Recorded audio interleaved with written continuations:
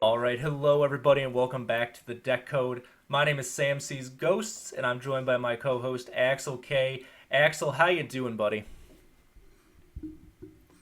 I'm doing good. I've been playing a lot of Hearthstone, and I'm super excited to talk about this new expansion and the new meta. Yeah, I'm enjoying this new expansion. Contrary to what people on Twitter may be saying, I think they have done really well with this expansion this time around, and just the cards. I think it's really refreshing, and I think it's really cool to see how the meta has kind of developed since launch. Yeah, and it's so different from the Barons, right? The Barons was so like board based, and just a lot of playing on curve and playing just fighting for the board. And this is something totally different. Yeah, so I guess we can lead into that with our first part. Like, what was your launch experience like? What was your first few games like in this Stormwind meta, All the right, early days? so I kind of have to think about it a little bit. So I couldn't play for the very first day, but I got in on day two, and I couldn't really decide what I wanted to play. So I was like, I need to play something. Everybody's is hyping up Warlock. I'll do it. So I played Warlock, and it was just like a bunch of Warlock on Warlock action, and it's of course Questline Warlock, the combo version. And yeah, it's a lot of fun. It's definitely very difficult, and I think that a lot of players are getting to test kind of their skill when it comes to playing really crisp and kind of perfectly, because I see to this very day a lot of people overdrawing and kind of screwing up placement and floating a bunch of mana and all of that stuff that you aren't supposed to, especially when you're at like 2K Legend, right? Right, and I will admit I've been guilty of that also. Before we keep going, I just kind of remembered. I want to remind everyone to leave a like and subscribe on my channel and also Axel's. All those links will be in the description. So are our Twitters. And also, we had a really warm reception on Twitter to the first episode. So thank you. We're going to try and get this one on Yes. audio. If not this one, it will be the next one, just because of time and stuff. But it will be up on audio before September. Yeah. Exciting stuff. Also, it's really exciting. I'm really happy that people are enjoying this. I didn't mean to kind of cut the day one talk off. My bad. But I'm a really good host, obviously, who just keeps the ball rolling. But yeah, so I Yeah, saw no, a no, lot no. of It's good. Quest Warlock. I saw a lot of Quest Warlock on day one. So my day, I did play on day one, Hmm? and I move to the audience. I'll be moving and starting a new job here in September. So it was not a good financial decision to buy a bunch of cards and then also have card payments and rent and stuff. So I opened up 20 packs total, 15 with gold and stuff from last season. I was like, in the discords I was in, everyone's saying, oh, there's so many warlocks. And I was like, well, what beats warlock? And the answer is anything that hits them in the face. So I Yes. think I start out with Doomhammer Shaman. It turns out a weapon that deals 10 damage a turn kills the deck that hits itself in the face. Yeah. And I took a break to do some stuff, played some Death Rattle. I was the jank police day one. Death Rattle Demon Hunter. Then I got blown out by Elemental Shaman because that new 4 mana 4/5 that discounts your elementals is a nutty card. So I played that, got into Legend, and I think this month Axel and I both entered at top 1K. We did. Like professional gamers, right? Yeah, we joined the Cool Kids Club. Yeah, man. I've been just rude to everybody I know. I've been chilling out, talking about how I'm going pro. No, but it was really nice, and I did it like the day before the expansion with Face Hunter. It was a big grind, but it wasn't that difficult. Uh, and you did it with Elemental Shaman, as you said, right? Yep, I did it with Elemental Shaman. Well, let's get into like some meta discussions because a lot of people were complaining about Mage. I think there is some merit to the Mage complaints, Yeah.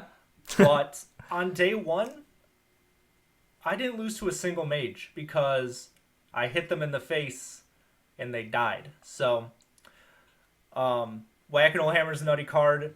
Just knowing how to play around Frost, Ice Barrier, Ice Block, whichever one that gives you 8 armor, was probably a lot of winning lines. Yeah. But I think I have been kind of frustrated with Hearthstone Twitter because they have just been like, this meta is a solitaire meta.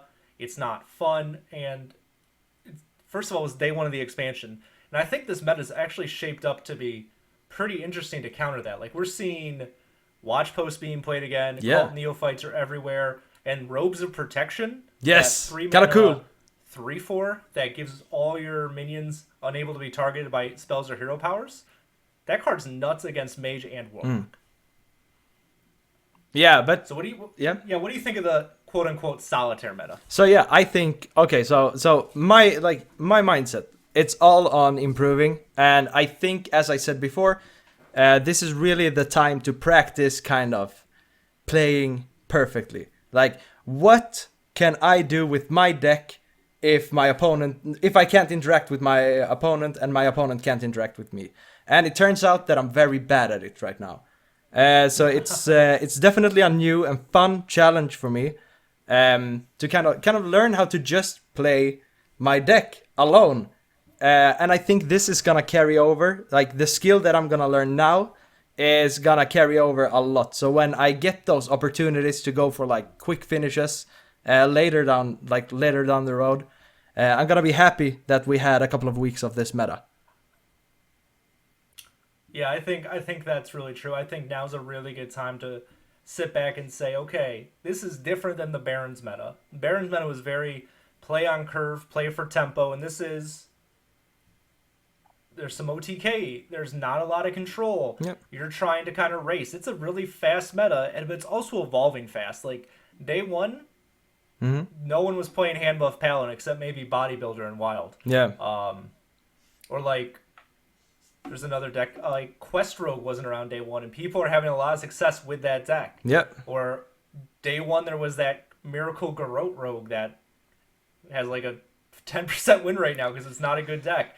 And so it's not a solitaire meta. It was a little bit frustrating day one to hear people just be like, it's solitaire. Like, I can't interact when, like I said, day one, I just like hit my opponents in the face and they just died. Yeah.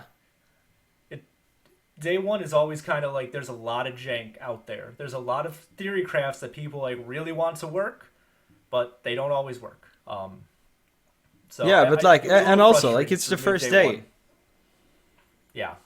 Yeah, so it's the first day. Just chill, have fun, try new things, and if you really, really want to win, Rexar is always there for you, and everybody has a fun face hunter deck. So just go for it. Like, I don't think you can be disappointed on the first day. No. Just kind of make the best of it, right? I think so too, and like, I mean, like, usually like I would be probably playing fun day one decks. Like I said, this time around I didn't. I played Doomhammer Shaman, Whack-A-Mole Hammer Shaman, and it worked well. But yeah, I'm proud of you for doing that, because we talked before off camera how I like to play dirty and I just want to win. I think maybe that rubbed off on you a little bit. Well, I was like, well, I opened 20 packs and I got all the new cards in here for Death Rattle, Demon Hunter, and Shaman. So I was like, okay, we'll just hit him in the face a little bit, and it worked out really well. Like, I had a Warlock concede to me on turn 1. That's a good feeling, though.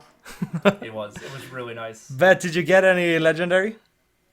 I got a few legendaries. I got the Rat King, which I don't think I'm ever gonna play. Ugh. I got the Paladin Quest, which I've seen people play, but I don't know if it's that we have like enough cards to support that deck yet. No, what are you gonna do with like a couple of like, what are they, like 2/2s or something?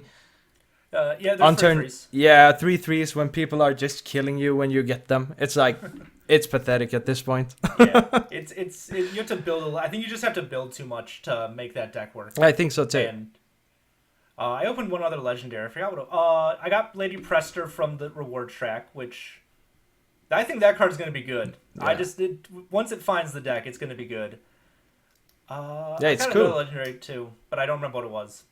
But I did craft because I love Warlock. I crafted the quest line, and because Mage was good, I crafted the quest line for Mage Yeah, too. that makes sense. Like safe crafts, right? Yeah, like I think Mage is kind of falling out a bit just because of how the meta's reacted to that deck and that like OTK decks right now. So I think both those decks are changing and adapting. But day one they were like really good crafts. I people say don't craft day one. I craft day one because I have like, ooh, it's shiny. I want to play it.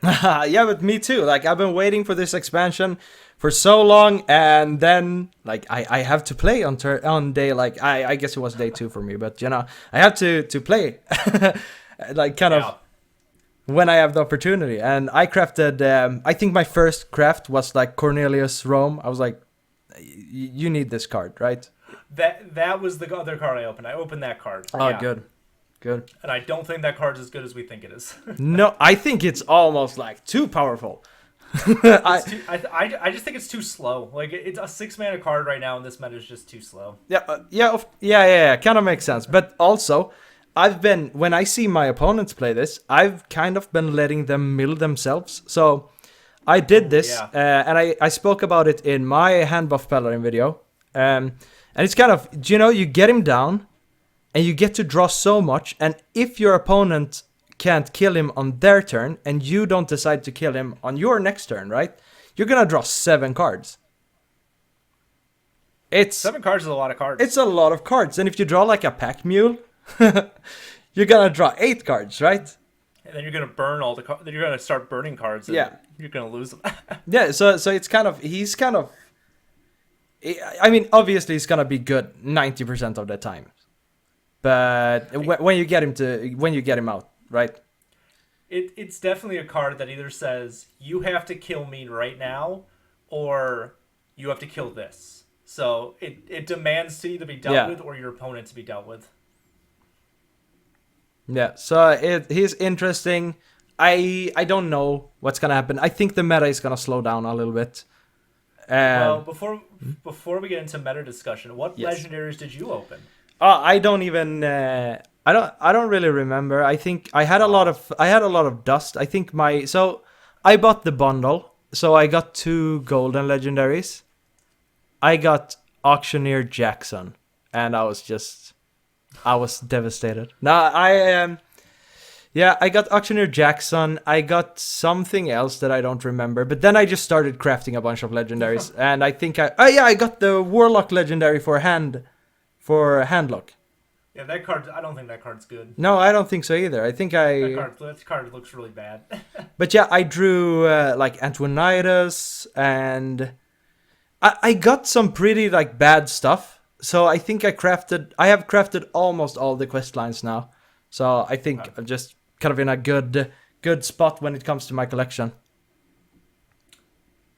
I want to either pull or eventually craft Archbishop, because there's an aggro priest deck out there right now, and I want to play it. I seen it, and I tried it for like 2 games. How did you think it was?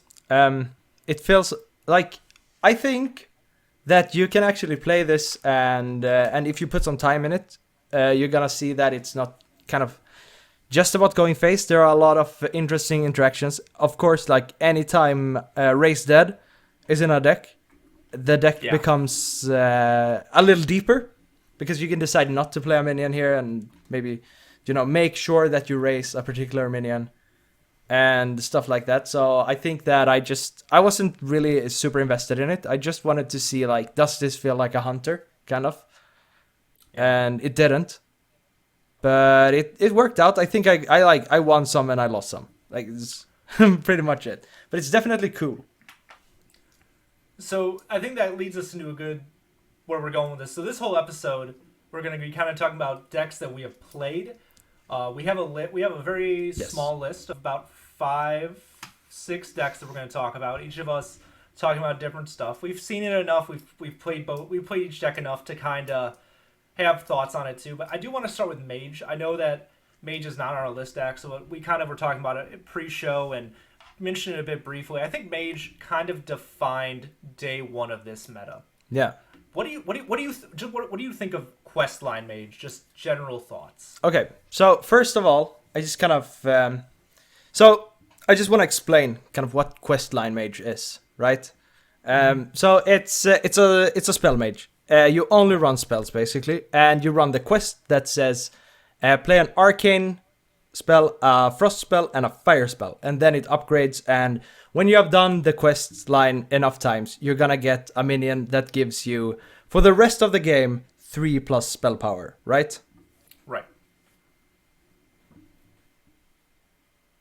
I think so, right?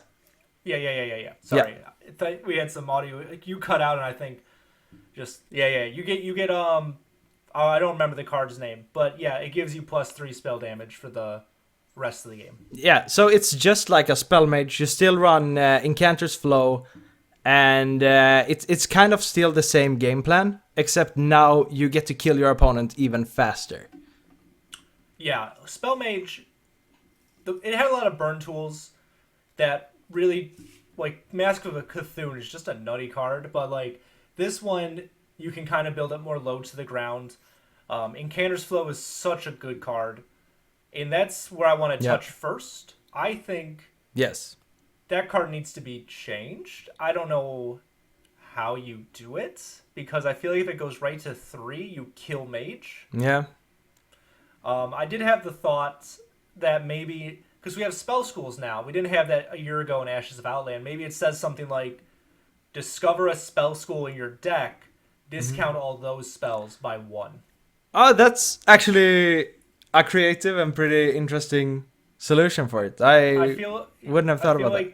Yeah, I feel like it wouldn't kill the card. It wouldn't kill the class, and it would also kind of make it a little harder for you to get through your deck, but not make it so your class is just dead. I don't know. That's just what I've been kind of throwing around. But have you seen the version that is not just Spell Mage? And by that I mean it runs 1 minion, Gadget and Auctioneer. Yes. Have you played against that yet? I think I played it. I think I actually played against it today. Okay. But it's kind of similar, right? Yeah, it is similar. The difference is that once you complete the quest, your spells are all discounted. You have mana biscuits, and then you just Auctioneer, draw your deck. You play a bunch of ignites, which now deal, instead of 2, 3, 4, it's 5, 6, 7, 8, and then your opponent dies. Yeah. I just got like flashbacks when you said it. Yes, I've been up against that. Oh my god, yeah. But obviously it looks fun to play.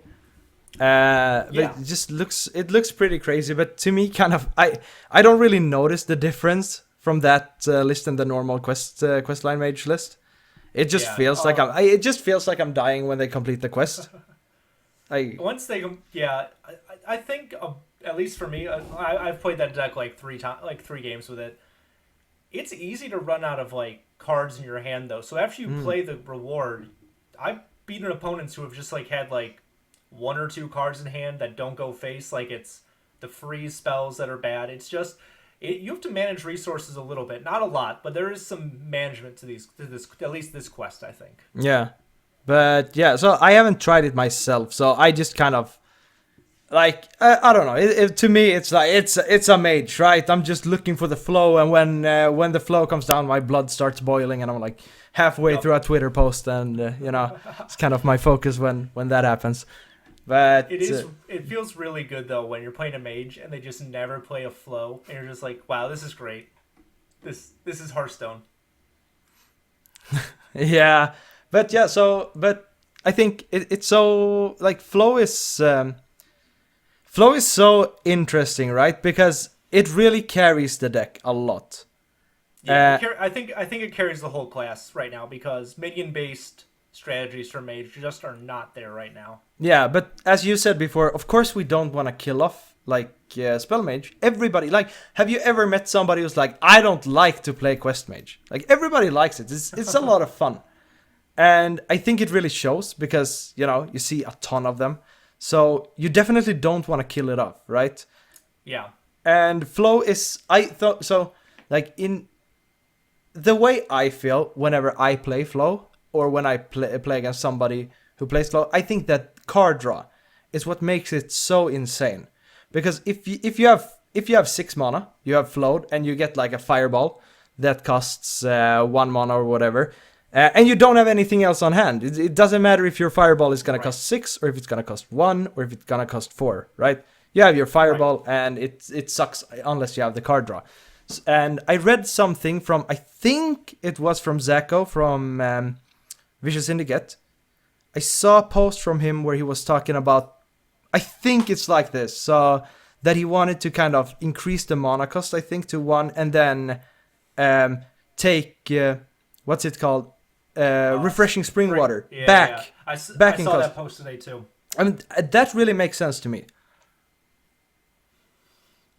I think it does too. I'm gonna, if I remember, I'll post that twit longer in the description. Yeah. And the show notes if this goes to audio this week. I just don't think we need nerfs right now. Like, I know we're kind of talking about it. I just kind of think that if the meta didn't adjust and adapt to beating non-minion based strategies, then yeah, we would need to nerf flow probably, or maybe rotate auctioneer out. But like hand buff paladin, quest rogue, zoo warlock, like there's all these decks now that play minions that can beat mage, so I'm not too worried about it. I do think mage is an interesting discussion to kind of have at the beginning, just because it really defined launch day for the expansion, and people are still it developed that solitaire meta term, which I don't really like. But and honestly, like this, to me, this is like just kind of like the launch of Fortune in the Barrens. Like they mage and paladin are super powerful. Everybody's complaining about Mage, but Paladin is kind of sliding under the radar because I think that Hand of Paladin is actually insane. But yeah, we're going to talk about Hand of Paladin at the end of this. Yes. But I will say it's not as polarizing because there's watch posts aren't busted. No, no. Secret Libram isn't day 1 Demon Hunter levels of busted. This is a good meta, and I know like people are talking about nerfs, and we're just kind of discussing a deck and 2 cards that are kind of outliers. Yep. But even then, those 2 cards I don't think need a nerf right now. Maybe in the future, maybe in the future or next year we don't have Auctioneer in the core set. That'd be great because I really don't like that card. But like right now, it's fine. Yeah, I feel the same way. I actually don't like nerfs to begin with. I think it's. I think that's a different conversation, but you know, I have a lot of people around me who they kind of want to get into Hearthstone, and they like, what should I craft? And I was like, nothing. They're gonna change it next week. So yeah, I don't like nerfs to begin with, and I hope that we don't see any nerfs for a while. Yeah, I think right now letting the meta breathe would be a good thing. I can see them doing it. Yeah, it's like, I mean, like if there's like time frames to this stuff, but we've discussed. Let's move on to talk about decks we've played, and I think we can start off with pretty familiar territory in the deck I got to Legend with this time around, Elemental Shaman. Yes, because that deck kicks Mage's ass. Yes, it does. Mage just dies. Yes. You freeze your minions, it doesn't matter. You have a hammer. Yes. It's yeah, actually it's nice touching on that freeze, because it's actually when I started playing a bit of board-based decks, like that freeze was really annoying. So it's kind of nice to have that big hammer, right? To just slap him. Yeah. Freeze is annoying. It was much more annoying when they froze your face. Yeah. And when they froze your whole board instead of like 1 or 2 minions at a time. Yeah. So it's much better than having Frost Nova, Blizzard, and Frost Bolt. Yes.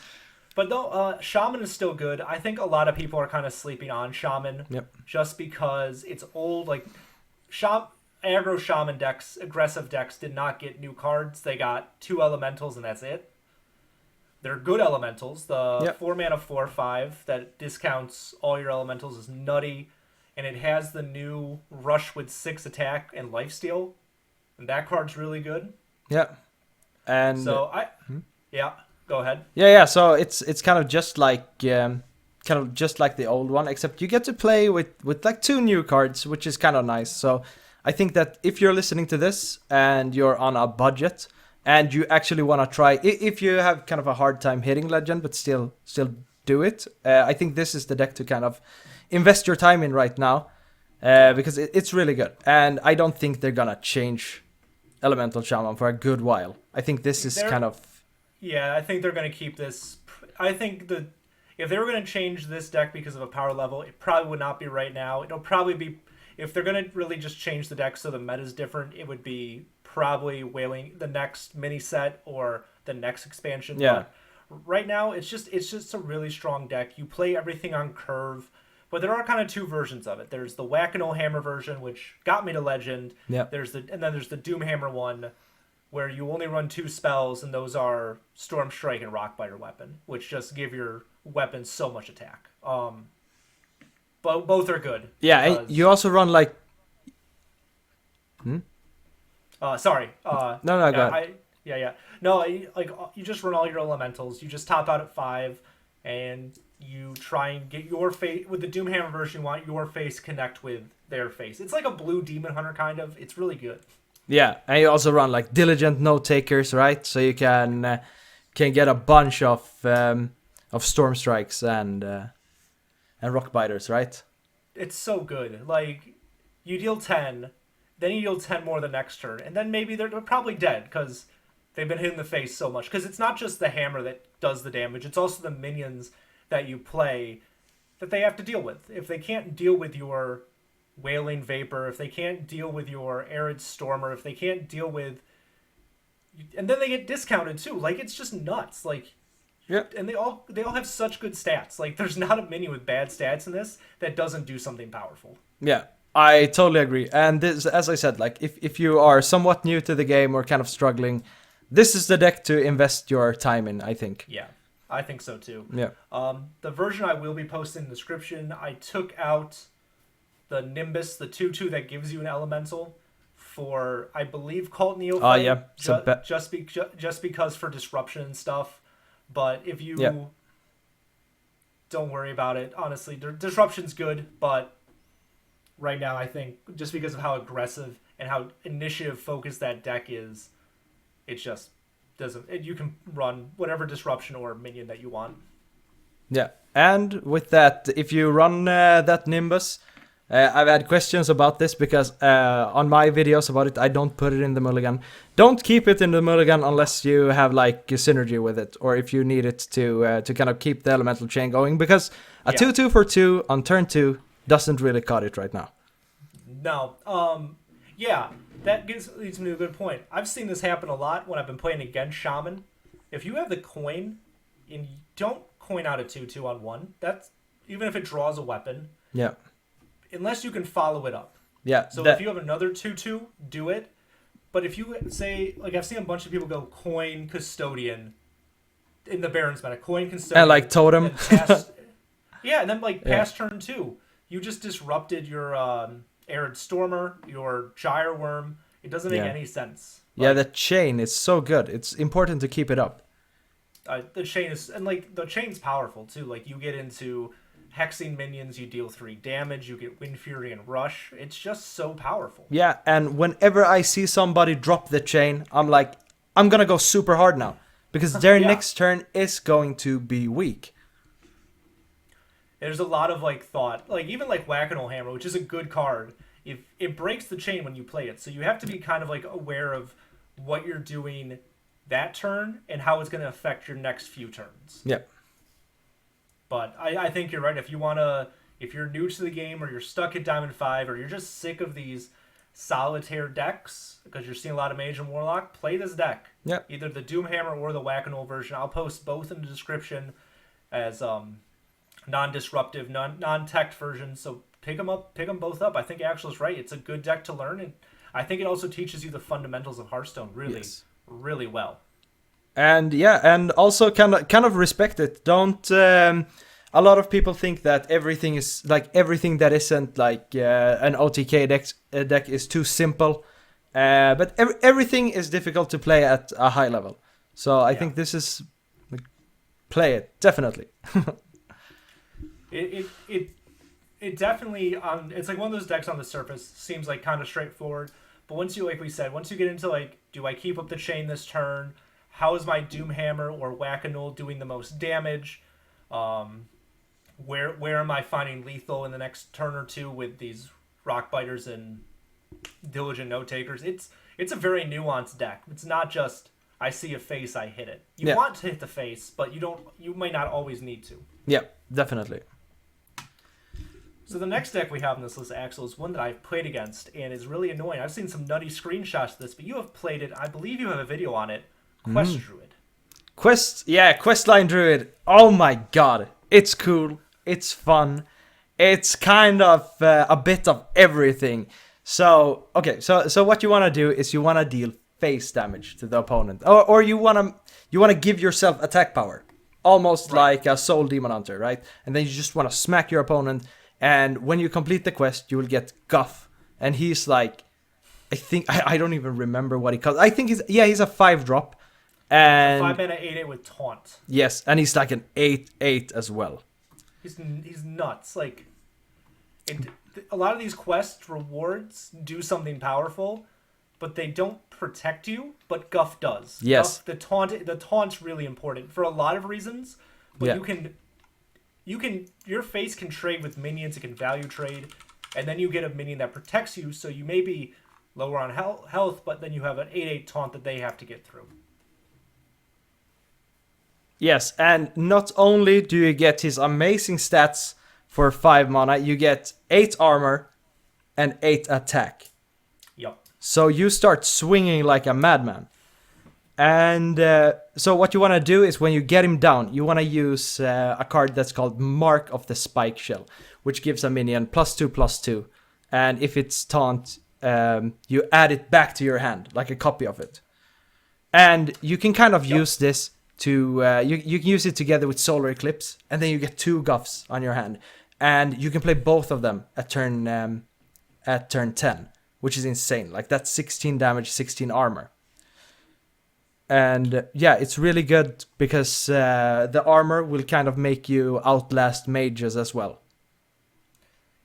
I think that you hit them on the main point. Why this is like a good deck. I think it needs to develop a bit more. I think it's a new archetype for Druid. It's a new archetype for Hearthstone. But the infinite armor and then the damage that comes with, not infinite armor, but the amount of armor and the damage that comes with it is part of the reason why it's doing so well, because it can outlast those OTK decks. It can hit them in the face for a lot. It's really a product of that, again, quote unquote, Solitaire meta. Yeah, and also, like, I think you can take this deck so far because you have the token, you kind of have the token Druid finisher. You can go Glowfly Swarm, and then you can hit it with an Arbor up. Yep. And just win that way. And you can still do you know, the old, the old Glowfly trick, right? You hit Nature Studies on turn 3. You don't play any spell, then you go Glowfly on 4, and then you go Arbor up on 5, and then you just win.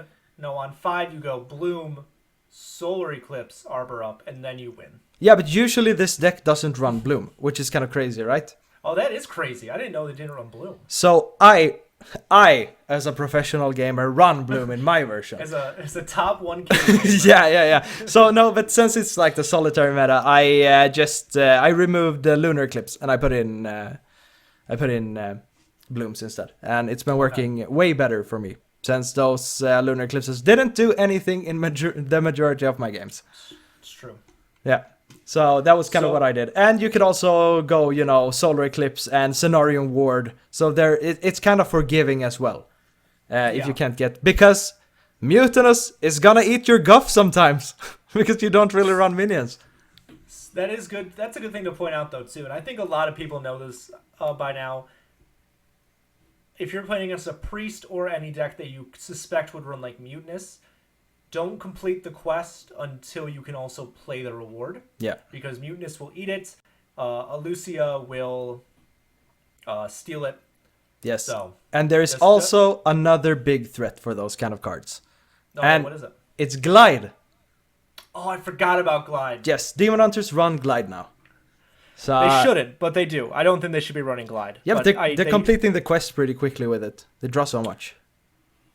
Yeah, but you can just Demon Hunter can. I know what you're saying, but Demon Hunter can just draw so much anyways. I don't think they're running. You should be running Glide. It's an early card that I think is going to get cut sooner rather than later. Yeah, but until then, you don't want to shuffle your guff if you want to see it happen. In real time, no. If you want to see it happen, watch my video. Yeah, watch the video. I will link his channel if I am a good host and content creator. I'll put the video in the description as well. They'll find me. I'll be recommended when you watch other Hearthstone videos. But I played against this deck, and it kind of is. Once that Guff comes down and gets copied for the first time, it's almost that game is just about over for most decks. Yeah. I think it's really hard to go under, over, or through Guff without losing a bunch of initiative or using a lot of your resources. Yeah. And as a face player, it just feels good. Woo. Yeah, but it really does. And it's also, there's kind of this little fun puzzle game going on when you're trying to complete the quest in this deck, because you don't really want to waste kind of attack damage. So there are fun ways to kind of complete the quest, because first you need 4 attack damage, then you need 5, then you need 6. So it's kind of, how do I pair my Park Panthers with like Pounces and what are they called, like Moon Touched Amulets and all of that stuff. So Yep. And Hero Powers. So it's kind of how do I not spill over damage to complete my quest in the most efficient way. Right, because the attack, or if you're completing a quest, it does not roll over. So you have to be able to complete the quest efficiently, because if you're at 3 and you gain 4 attack, then it doesn't. You only get the 1 attack towards the quest. Yeah, so it can create some awkward opportunities. Like some awkward things can happen, and this is kind of what I was talking about before. This is kind of the moment, like this is kind of the time to learn how to play perfectly, kind of maximize every decision, which is nice. I think as we talk about the next few quests, especially the next one. Yep. I have overdrawn my quest reward a few times, and it has been a bit embarrassing. Yes. Okay. So it's quest lock. It's quest lock, and Yes. originally we were just going to talk about the combo version, but I found a new version that I was playing last night, so it's the zoo version. I think we'll start with this since we're talking about combo a little bit and all that stuff. We'll talk about the combo version first. Which version of the combo were you playing? Because there are a few.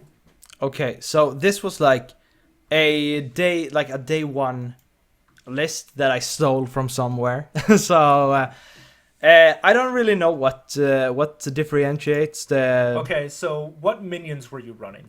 I was running Dark Glare. Yep. And I was running, of course, what's he called? Stealer of Souls and Stealer of Souls. Nightshade Matron. Yep, so I'm calling that the demon combo version. I don't like that version a lot. But the idea with that deck is you have free admission, so whenever you draw your minions with a free admission, they're all demons, so they get discounted. Yes. And I think it's fun. I think it's cool, and I like that type of synergy. Mm-hmm. But yeah, it's kind of interesting. So Questline Warlock is all about dealing damage to your face, and when you have dealt enough damage, you will complete the quests, and when the quest is completed, all of the cards that will damage you on your turn will now damage your opponent instead. Right. Yeah. So I think Gabby was playing that version. I played both of Gabby's versions. But Ruin Mithril Rod in that deck is so good. Yes, I mulligan for it. Oh my gosh. Like the amount of times I've gone Coin Rod into Backfire, Yeah. 3 draw 3, has been nuts. Yeah. Holy crap. You just draw 4 cards, you discount them all, and then you do it again. Because I do like I didn't love this version. I've always felt like I was just drawing suboptimally. Like I'd always end up with like all the demons in my hand. They weren't discounted. I couldn't discount them with the rod. Free admission didn't draw what I was hoping it would draw. So it all just kind of didn't work for me. But there was another version. It ran a few more minions. It ran some healing. It ran Spice Bread Maker, Armor Vendor, and Tamsin Rome. Yeah. It cut the Dark Glare, it cut the Hand of Gul'dan, it cut the Matron, still ran Jailer, and it topped out cuts Auctioneer. Dark Glare. Yeah, because you're dealing enough damage to yourself through like raised deads, through tapping, through Keeper of Souls, Stealer of Souls. I'm never gonna get the name right. And you draw your deck, you discount your deck, and then you pop off with Auctioneer and Stealer of Souls at the end, and you just draw your whole deck.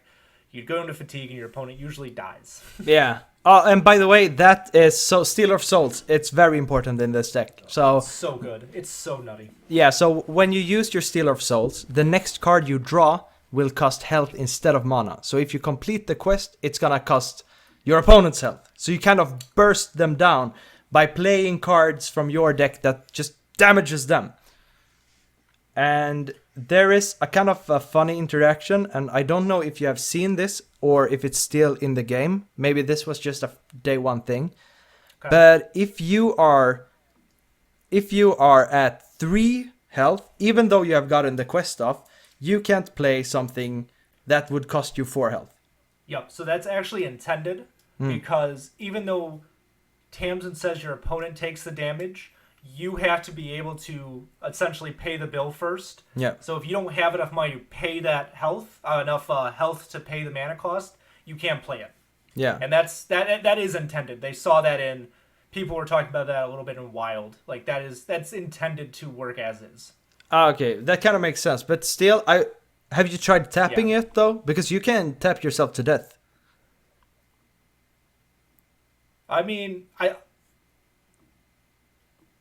Well, so so you can so sorry, I'm trying to like articulate the word. So, but in like normal, like you can still tap yourself to death, but you're not. I think it's just like with the plane of the card, because you have to be able to spend the life to play the card or have the mana to play the card. And I just think that the interaction is intended. Yeah. I'm not saying it well, but the interaction is intended. Yeah. I'm just curious. So, Stealer of Souls, if I don't have the quest, I can't kind of kill myself by playing something that would just put me at minus.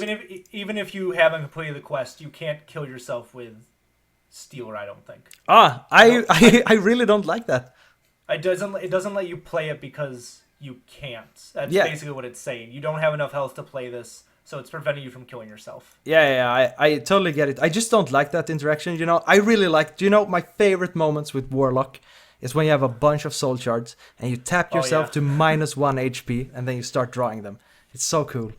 And I want to do the same thing, except I want to do it with a Hand of Gul'dan. That combo in the deck, though, is nutty when you discount both your Matron and your...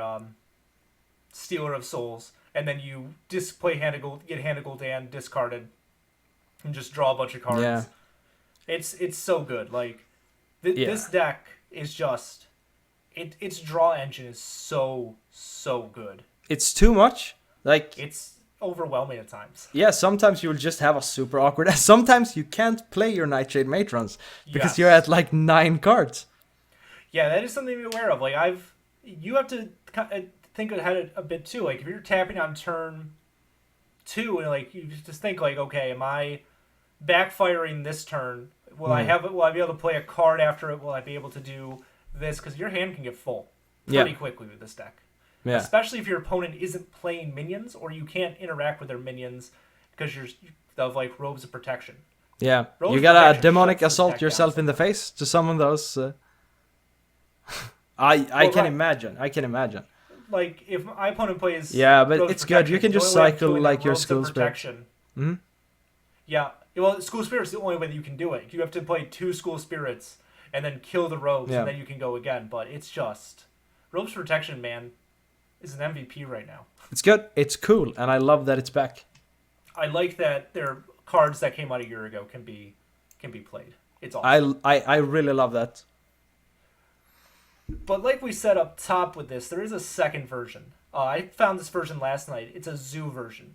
So if you've ever seen any Wild gameplay, this is kind of similar to the Dark Glare version in Wild, where you play the quest, then you're playing minions that deal damage to you. You have Dark Glare, you have Raised Dead, you have a Knife Vendor, which after you play Tamsin, deals 8 damage to your opponent.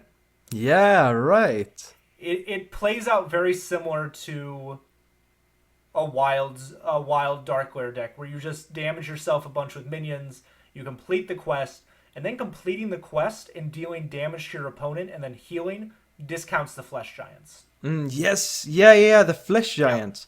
Oh my god, the win rate of Yeah. Flesh Giant is huge. The amount of times I played Flesh Giant for like 0 mana before turn 4 is higher than it should be, I think. Yeah, it's a keep, right, in the mulligan. Unless I really have to just survive. Like, if say it's like Face Hunter, I probably wouldn't keep Giant against Face Hunter. I would look for removal. But every other matchup, you just play a Giant. It's so good.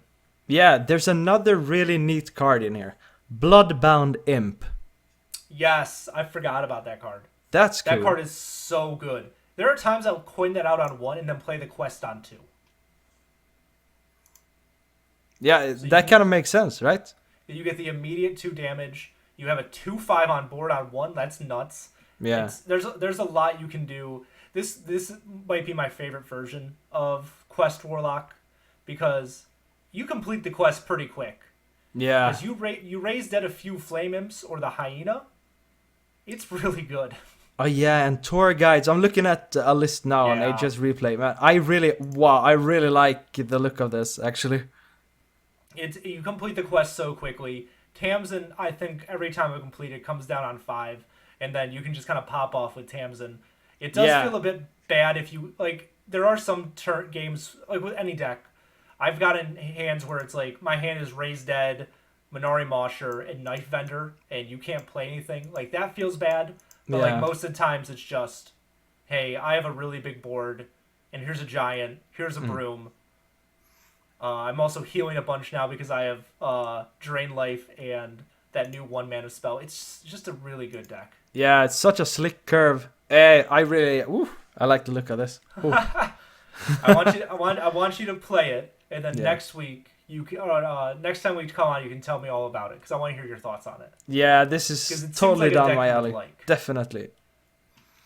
Yes, it kind of gives me it plays totally different, but the idea of it is kind of like something that I really liked about the old aggro Demon Hunter with what's he called? The guy who did damage to everything. Altruis. Yeah, Altruis. It's like you get to play kind of Sue style, but you have another mission to kind of focus on while you do it. I really like that. It's a lot of fun. And all the minions here are really well statted. Like Flame Imp is a 3/2 on 1. The Hyena is a 2/4. Like we said, Blood Sworn Imp is a 2/5. Then there's Giants, which never cost 8. They always are cheap. Yeah. And then Mosher gives you health back. It's just such a good deck. Like it's really consistently able to just churn out your own damage, healing, and minions. And once I got the deck down last night when I was playing it on Saturday, I went 4-0. Like once I figured out everything and was like focused, like it was an easy 4-0. Like it wasn't even close. Yeah. It's interesting, but we don't run the discard one buff everything. But I don't think we need to. But it's just it's kind of an observation. The way you win the game isn't through chip damage usually. It's through I've done enough damage to you by turn 5 or 6. Here's the Tamsin. In my next turn, you're going to die my next turn. Unless you can kill me, I'm going to just deal so much damage to myself that you'll be dead. Makes sense. Blood Imps will hit for 4. It's like crazy stuff. Or like even like after Tamsin, Raised Dead, Flame Imp is 9 damage. It's for 2. Yeah, it's crazy. So the last... Oh, no, we have another one. Sorry, I am getting ahead of myself. So this deck, Questline Rogue, yes, has been making its rounds. Zacho tweeted out a list where he said he had like an 80% win rate. Whoa. I really want to play this deck, but I haven't had the chance yet. So Axel, what can you tell me about Quest Rogue? So I played it today. Okay. So it's about playing SI7 agents, which are kind of a rogue minion type. And when you complete it, you will get something that's called a gizmo. And gizmos are different spells. They're almost like spare parts if you were around for mech decks like back in the day. But they have way more powerful effects, of course. And when you complete it, you will get... there are like 5 different gizmos. And when you complete it, you will get a version of Scabs. He's like a 7/7 for 5 or something. Just like super well-statted minion. And you will get all the gizmos. And it's super good. Super... You kind of beat everything that plays for board, which is really nice. It's the deck kind of reminds me a little bit. It plays a little bit like Secret Rogue, because you remember how you used to just kind of be disruptive to your opponent. You used to just like send their stuff back to the hand. Yes, this is very similar to it. I'm looking at the images right now, and they all cost 1 mana. Like there's 2 spells, 1 weapon, and then 2 minions. Yes, and the minion, it's really nice to see something like this in Hearthstone. So you get to look at 3 cards from your opponent's library, and then you get to decide what they're going to draw next. So you will put one of those cards on top of their deck, which is really nice. It's a fun mechanic, and you can really screw your opponents over if you're already kind of ahead on board. So sorry. So this is what they were talking a bit about on the Vicious Syndicate podcast. The big thing with this is after you get your Scabs, big boy Scabs, you can play Noggin Fog Generator to give him stealth for a turn and +2 attack, so he's a 9. And then the turn after that, you play a card we're going to talk about a bunch in a little bit. Battle Master. Give adjacent minions Wind Fury, and you hit your opponent in the face for at least 18. Yeah, it's absolutely insane, and it's kind of just very oppressive to your opponent. And you have some great just tools for controlling the board here. You have 1 card, it's called SI7 Assassin. It costs 1 less for each SI7 you have played throughout the game.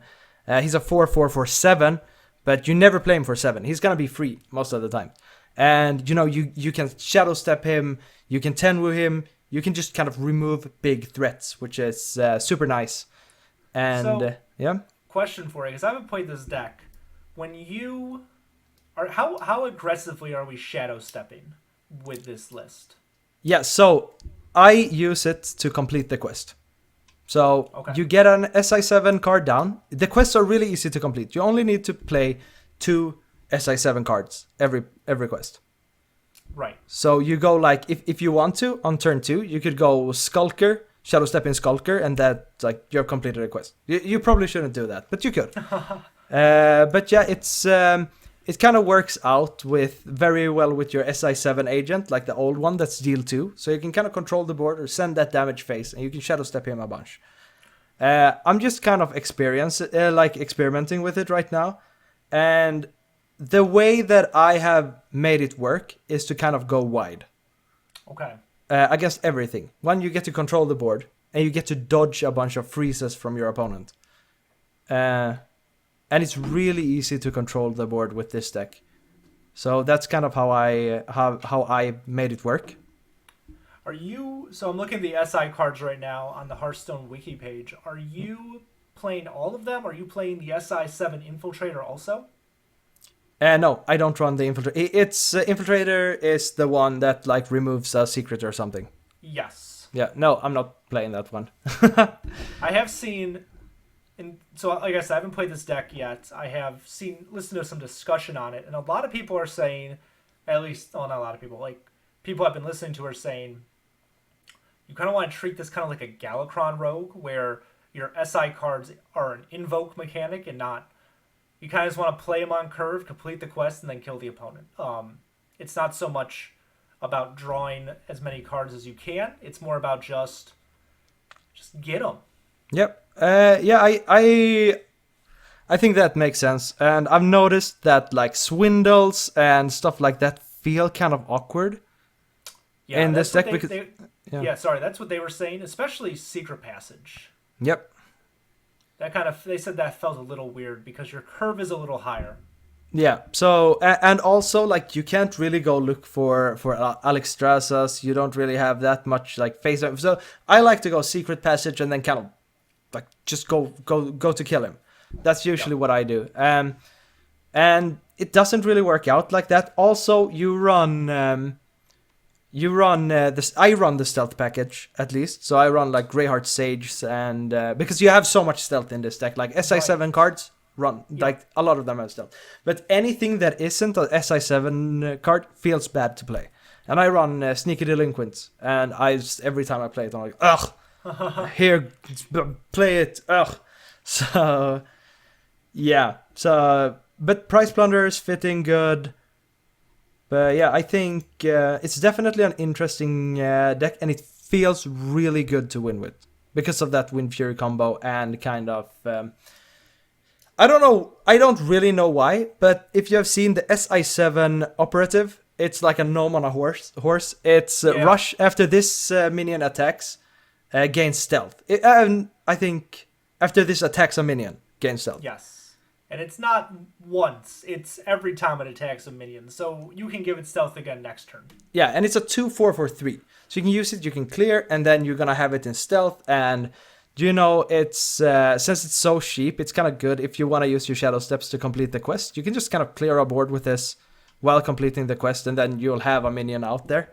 So I think there's definitely a lot of room to have fun with the SI7 operative. So I think that's like a good card, not just in this deck. I think that's a good card in general. I was looking at different people's lists. I know that Fino was running a stealth package a little bit, like he had the Greyheart Sage. Zacho's list does not. It just runs all SI cards, Battleground Battlemaster, which is a nutty card, which we'll get here to in a second. Tenwu, Vanessa Van Cleef, and he just his goal is really just to kill the opponent. I'm gonna have to take a look at that. Does it run 2 Battleground Battlemasters then? Yes. Yeah. Also, you have the like SI7 Informant, which is Battlecry gain 1/1 for each SI7 card that you have played throughout the game. So it's really nice. You get some of Van Cleef. It's like kind of a Van Cleef in a way. Yeah, so you can just make it huge, and you can make it huge before you throw down that Battleground Battlemaster. So should we get into the deck that Battleground Battlemaster is like the best card ever in right now? Yes, definitely. Okay, so this is a deck that we both have played. We've, aside from Elemental Shaman mainly because that's old news, but hand buff Paladin. Yes. It's finally a thing. They tried to make it a thing in Mean Streets of Gadgetzan. It wasn't. It was bad. It's a thing now. It's a good thing, too. It's a really good thing. It's the best deck in the meta. I would probably agree with you. I think it has counterplay. It is not day one Secret Libram Paladin from Baron's level, but it's very good. It's very good. So you seem that you really like this deck. Yes. Why don't you start telling me about this deck? Because I have played it, but you are like, this is my bread and butter. I want to talk about this awesome deck. So why don't you tell me about this a bit? Okay, so it's obviously a hand buff deck, and you run this card that's called Prismatic Jewel Kit, which has it's a weapon, and it has 3 charges. And anytime something loses Divine Shield, you will buff your board. You will buff your hand with +1/+1. And it's a 1 cost. And you run a bunch of other 1 costs with Divine Shield. So you can kind of use this early to just make your hand huge. And since it runs so many Divine Shields, everything that's getting buffed will get like almost double the value, right? Because they're so sticky. You also have some other kind of hand buff stuff, which is the Alliance Bannerman. Yeah, he lets you draw a minion and then buff your entire hand with +1/+1, and it also buffs the card that you draw. Yeah, that card is absolutely bonkers. That card insane. Is so good. Yes, I crafted 2 golden ones right away. I was like, I like this, and so it has a kind of it has kind of a nice synergy with the card Pack Mule, like Encumbered Pack Mule, because if you draw one, you're gonna draw two, and both of them are getting buffed. Insane. And that's kind of... Go ahead. I do want to say there's another card like that in Hunter, Scavenger's Ingenuity. So I believe, and I could be wrong, I believe Scavenger's Ingenuity does only buffs one of those minions, not both of them. Yeah. No. I don't remember. I think it draws the initial one. I think it draws one. The mule adds it to your hand, and then it buffs the one you drew. Where this one, you draw the mule, it adds the other one to your hand, and then it buffs your whole hand. Ah, okay, yeah, Sorry, exactly. That was a little aside that I just wanted to throw out there. Yeah, so it's really good. I've seen some people run Annoyers run instead of the Pack Mule. I like the Pack Mule. I think it's awesome. But yeah, you also run just a bunch of good cards. This is an expensive list. It's just packed with legendaries. We were talking a bit about that, and you were kind of saying it's a little clunky at the top end. I think it's straight up ugly. I agree that it is a little clunky. I think that 8-drop King Wern probably isn't going to stick around much longer. Varian Rin. Yeah, Varen. I don't think because we're cutting him, Talon sticks around for much longer. And probably we might cut Runthak. Runthak's just a good card, though we might keep him if it gets more minion based. But it's interesting you should talk about a Neutron, because I don't have Moonfang, I don't have McGurgle, and I don't have the 6-mana legendary that gives every time something loses Divine Shield +5/+5 to a card in your hand. Yeah, High Lord 4 Dragon. Right. So I'm actually running. I know I'm not gonna get the name right. It's a 2-mana 1/2. It says discover a mech, reduce its cost by 1. Yeah, I know which one it is. Yeah. And that card is actually really good in this list. Yeah.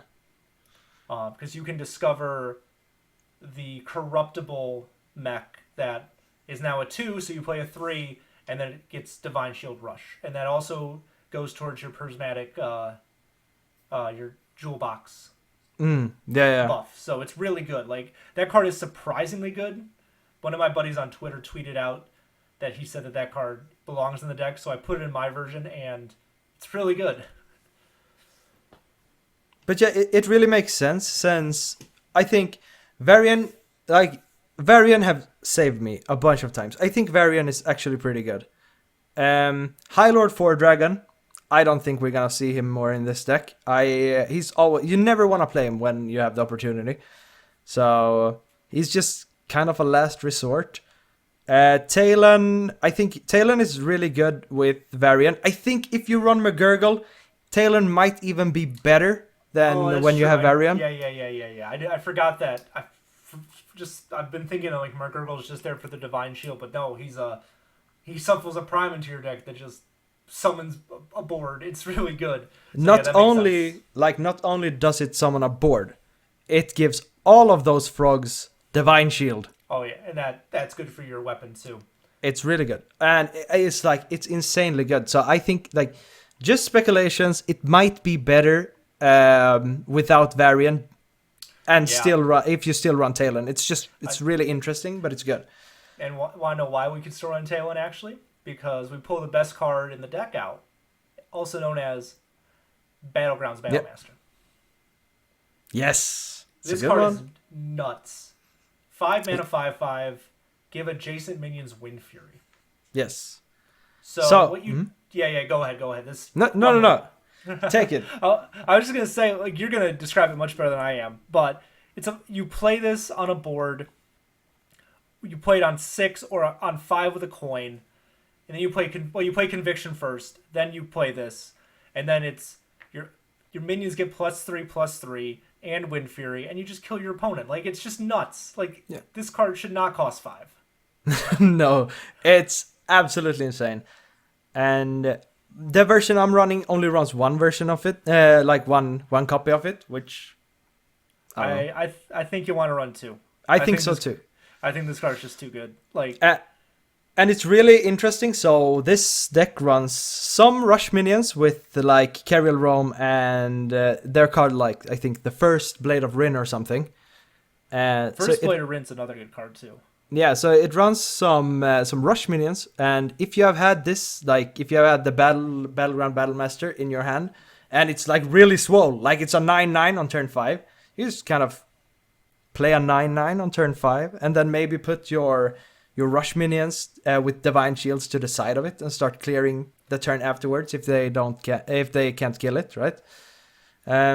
Because I feel like that's a mistake that I'm making a lot with this deck, is that I'm holding on to the Battleground Battlemaster too much, and then when I drop it, I realize like this is a 12/12. I should have played this, like honestly, I could have killed him if I just played this like 3 turns ago. Yeah, I don't think you want to be super greedy with this list. Another thing that Carriel Rome too is if you have the convictions in your hand, they cost 0 after that minion attacks. Yep. You can do it on 5 then because they'll cost 0. This deck is like really efficient at what it does. You have enough divine shields that prismatic lens usually gets value.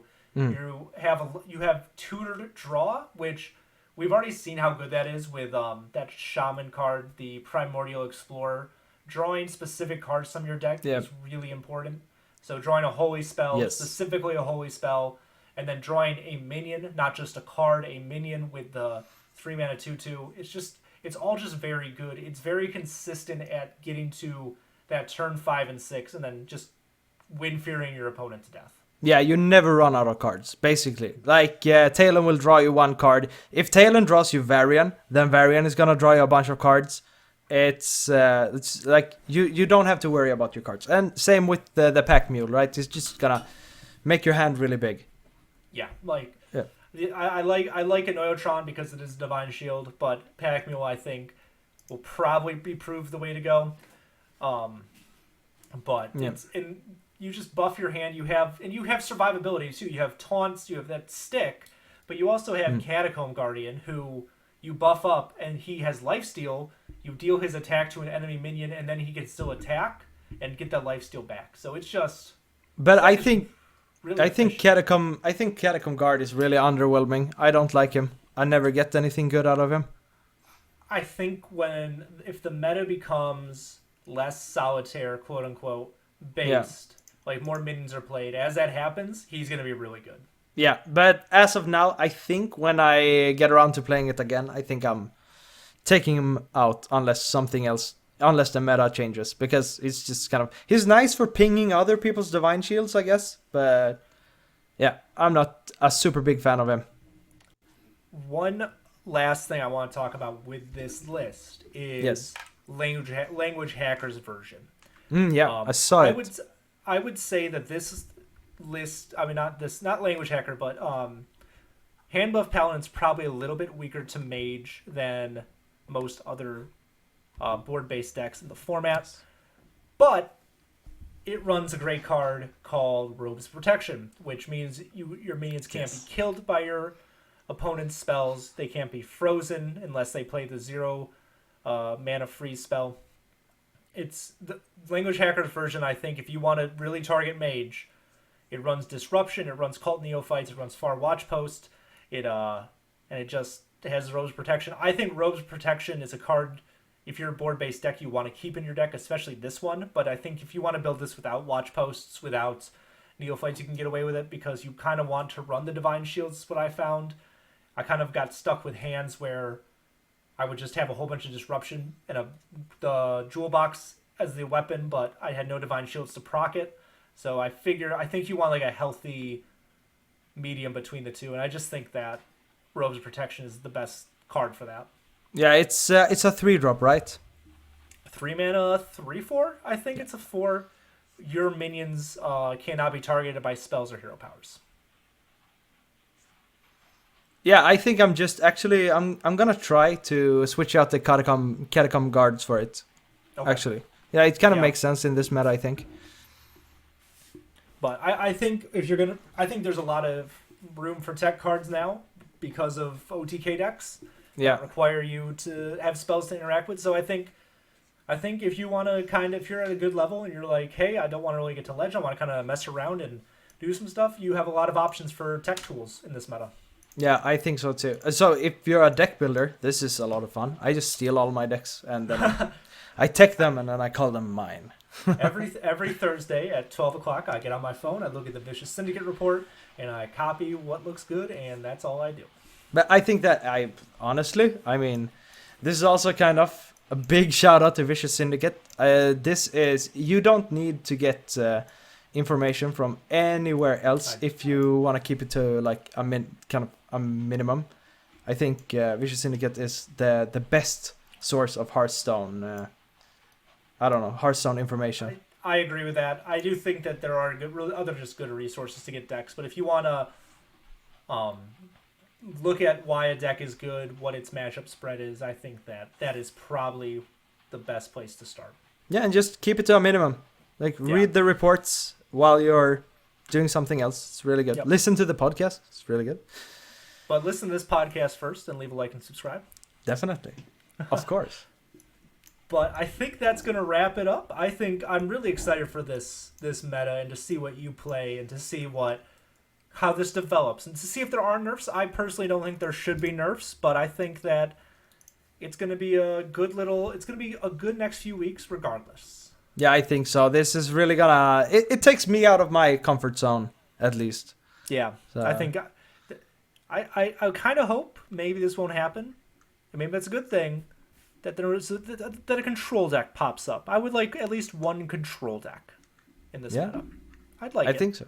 Yeah, I think so. So, just to close it out, which control deck? Just class. Okay, I would like Control Warrior to be a thing. I think that there's a lot of good control pieces in there. I think Rattlegore's a great card. It is. I don't mind a control priest, maybe like a shadow control priest. I think I'm kind of sick of Samoro Apotheosis and that kind of stuff, but maybe we could run the quest and have that be a deck, but I think the quest is bad, so maybe not. Yeah. Yeah, I kind of agree. I feel like we need those kind of the real control classes need to come back and do some kind of show everybody where it's at. I think that we have a pretty diverse meta right now. I think every class has something they can do, depending on if that's fun, as in like new, like maybe Demon Hunter is only Lifesteal and Death Rattle, which we've seen already, or Warrior's just Rush Warrior. I don't know. It'd be nice to see at least one control deck in this meta that's a contender and not just some weird jank that someone in like silver is playing. Yeah, exactly. Yeah. I think that's about it, right? Yeah, I think that's going to wrap us up for this week. Everyone, thank you for watching. And if this is on audio, I will try my best to before I leave for vacation. Thank you for listening. If this is not, then thank you for watching. And we will be back in 2 weeks. Yes. And that time will be with audio for sure, if this one's not, to talk about a deck that we are both enjoying and playing and to catch up. So, guys, leave a like and subscribe here. Go to Axel's channel. Axel, I did not realize you got over 500 subscribers. That's awesome. Congratulations. I did not man. Congratulate you when I first saw it, but congratulations. Hey, yeah, thank you so much. I'm actually approaching 600 now, which is exciting. And, we have a bunch of fun over on my channel. People are actually hitting Legend a lot, and they talk to me about it, which is really nice. So I think that we are all, as a little community, doing very well in Hearthstone. I think that I really appreciate what Axel is doing. I think the way he goes about describing decks, even like in this podcast, you kind of hear that I say this, that, and that, and the Axel's like, but this card has a name and this is what it does exactly. He's just very good at describing the meta, the trends, and the play style. So guys, I don't think you subscribing to him it will only help to improve your Hearthstone game. But we will see you all next time, guys. Take it easy and be good to each other. Yeah. Thank you.